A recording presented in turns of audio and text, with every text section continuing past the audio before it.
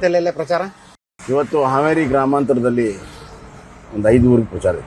ನಿಮ್ಗೊಂದು ಸ್ವಲ್ಪ ಈ ಪ್ರಚಾರ ಜಾಸ್ತಿ ಟೈಮ್ ಸಿಕ್ಕಿದ್ದಕ್ಕೆಲ್ಲ ಹಳ್ಳಿಗೆ ಹೋಗಕ್ಕಾಯ್ತು ಅನ್ಸುತ್ತೆ. ಹಳ್ಳಿ ಜಾಸ್ತಿ. ಹೌದು. ನಾನು ಮೊದಲು ಈ ಎಲ್ಲ ಹಳ್ಳಿಗಳ ಪರಿಚಯನೇ ನನಗೆ. 12 ವರ್ಷ ವಿಧಾನ ಪರಿಷತ್ ಸದಸ್ಯನಾಗಿ ಪ್ರತಿಯೊಂದು ಗ್ರಾಮ ಪಂಚಾಯತಿ ಭೇಟಿ ಕೊಟ್ಟವ್ ನಾನು. ಮತ್ತೆ ಸುದೀರ್ಘ ರಾಜಕಾರಣ ಇರೋದ್ರಿಂದ ಎಲ್ಲ ಗ್ರಾಮಗಳಲ್ಲಿ ಎಲ್ಲ ನಮ್ಮ ಆತ್ಮೀಯರು ಭಾಳ ಜನ ಇದ್ದಾರೆ. ಹೀಗಾಗಿ ಹಳ್ಳಿಗೆ ಹೋದಾಗ ಜನ ಸೇರೋದು ಮಾತನಾಡೋದು ಭಾಳ ಸುಲಭ. ಹೀಗಾಗಿ ಹೆಚ್ಚಿಗೆ ಹಳ್ಳಿಯನ್ನು ಮೋರ್ ದೆನ್ 300 ವಿಲೇಜಸ್ ಭಾಷಣ ಮಾಡಿದ್ವಿ. ಬರೀ ವಿಸಿಟ್ ಒಂದು ಹಂಗೆ ವಿಸಿಟ್.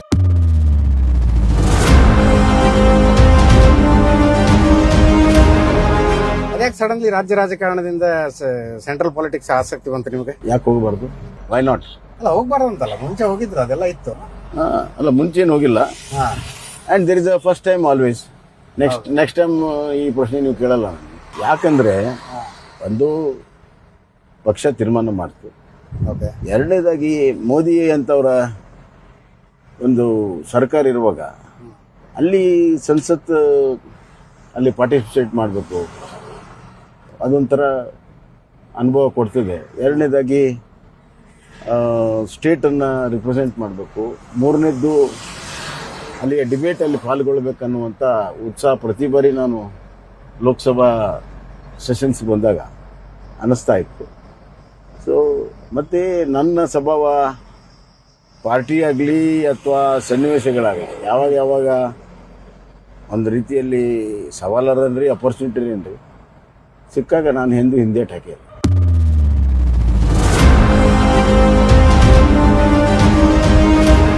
ವಿಜೇಂದ್ರ ರಾಜ್ಯಾಧ್ಯಕ್ಷ ಆದ್ಮೇಲೆ ಬಹುಶಃ ಈಗ ಮುಂದೆ ನಮ್ದೇನಪ್ಪ ಅನ್ನೋಂಗ ಆತನೋ ಬಹಳ ಜನರಿಗೆ ಅನ್ಸುತ್ತೆ ನನಗೆ. ಇಲ್ಲ ಅದಕ್ಕೇನು ಸಂಬಂಧ? ವಿಜೇಂದ್ರದಕ್ಕೆ ಅದಕ್ಕೇನು ಸಂಬಂಧ? ನಮ್ಮ ರಾಜಕಾರಣ ನಮ್ಮ ಜೊತೆಗೆ ಇದ್ದೇ ಇರ್ತದೆ. ನೀವು ಆ ಥರ ಅನಾಲಿಸಿಸ್ ಮಾಡಕ್ ಹೋದ್ರೆ ಬೇಕಾದಷ್ಟಿದೆ.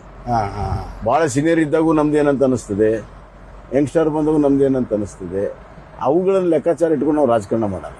ಅಂಡ್ ಹಂಗೆ ಅಕಸ್ಮಾತ್ ಹಂಗೆ ಲೆಕ್ಕಾಚಾರ ಇಟ್ಕೊಂಡು ರಾಜಕಾರಣ ಮಾಡಿದರೆ ನಮ್ಮದು wrong analysis, wrong strategy, wrong path ಆಗುತ್ತೆ. We have to do politics with our own strength. ಅದೇ CM ಆದ್ರಿ, ನೆಕ್ಸ್ಟ್ ಎಲೆಕ್ಷನ್ ಏನು ಅನ್ಕೊಂಡಂಗೆ ರಿಸಲ್ಟ್ ಬರಲಿಲ್ಲ, ವಿಪಕ್ಷ ನಾಯಕರು ಬೇರೆಯವರಾದ್ರು. ಯಾವಾಗ ನನ್ನ ನೇತೃತ್ವದಲ್ಲಿ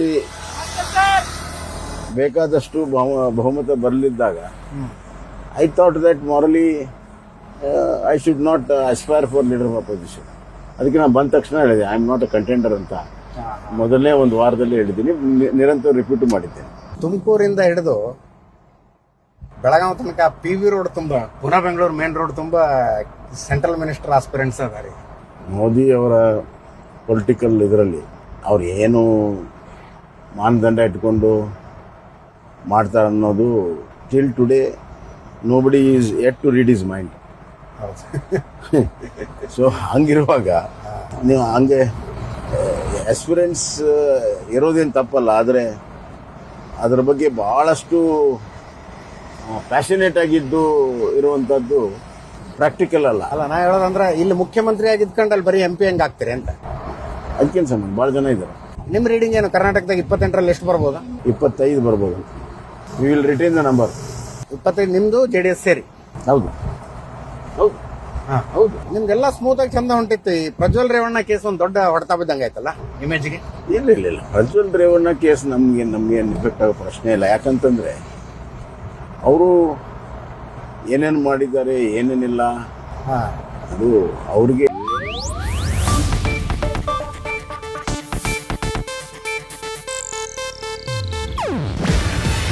ಇದು ಏಷ್ಯಾನೆಟ್ ನ್ಯೂಸ್ ನೆಟ್ವರ್ಕ್ ಪ್ರಸ್ತುತಿ. ನೀವು ನೋಡ್ತಿದ್ದೀರಾ ಏಷ್ಯಾನೆಟ್ ಸುವರ್ಣ ನ್ಯೂಸ್.